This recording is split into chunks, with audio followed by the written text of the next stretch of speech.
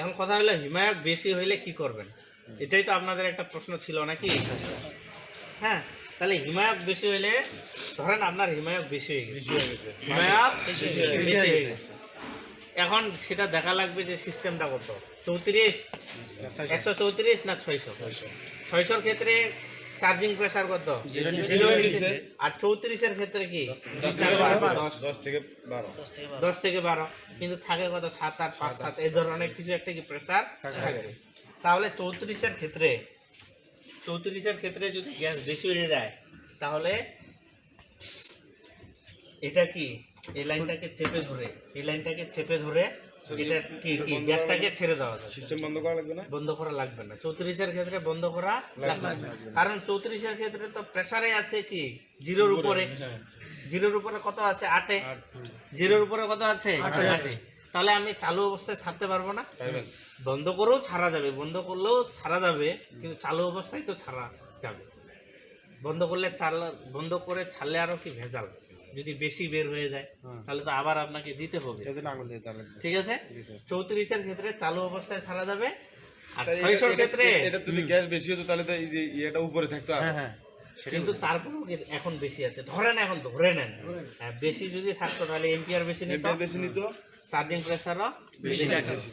এখন ধরে নেন এটাতেই কি আছে, বেশি আছে। ধরে নেন এখানে কি 1 এম্পিয়ার বললাম না, 98 থেকে 1 এম্পিয়ার, আমি এখন এটাকে কত এম্পিয়ার করব 0.98। ধরেন এটা কি 0.98 বা 0.50 বেশি হয়েছে, ধরেন এটা বেশি হয়েছে, এটাতে কি হয়েছে বেশি হয়েছে, এটা এখন আমাকে কি করতে হবে, 0.98 করতে হবে, ধরেন 0.98 করতে হবে, ঠিক আছে? এখন নিচ্ছে কত 1 এম্পিয়ার, এটাকে আমাকে কত করতে হবে 98 করতে হবে,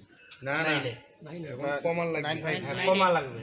কিন্তু 34-এর ক্ষেত্রে চালু অবস্থায় হিমায়কটা কমা যাবে যদি প্রেসারটা 0-র উপরে থাকে, ঠিক আছে?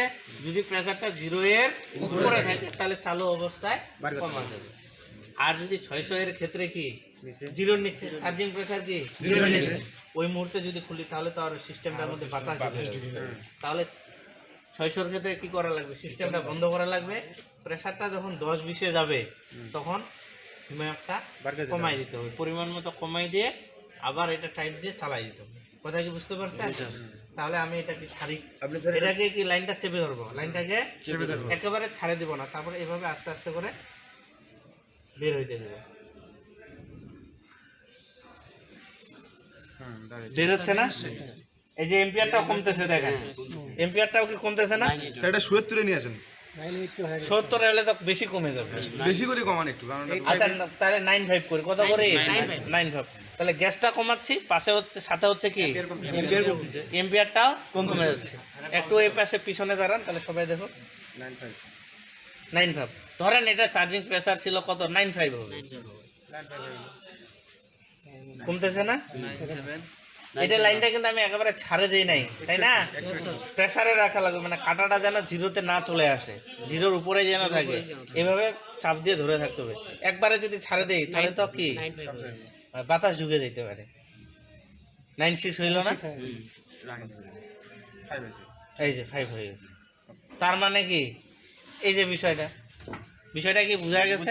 সহজ কথা, হিমায়ক যদি বেশি হয়, 134-এর ক্ষেত্রে যদি হিমায়ক বেশি হয় তাহলে সিস্টেমটা চালু অবস্থায় আপনি হিমায়কটা কমাইতে পারবেন যদি প্রেসারটা 0-র উপরে থাকে।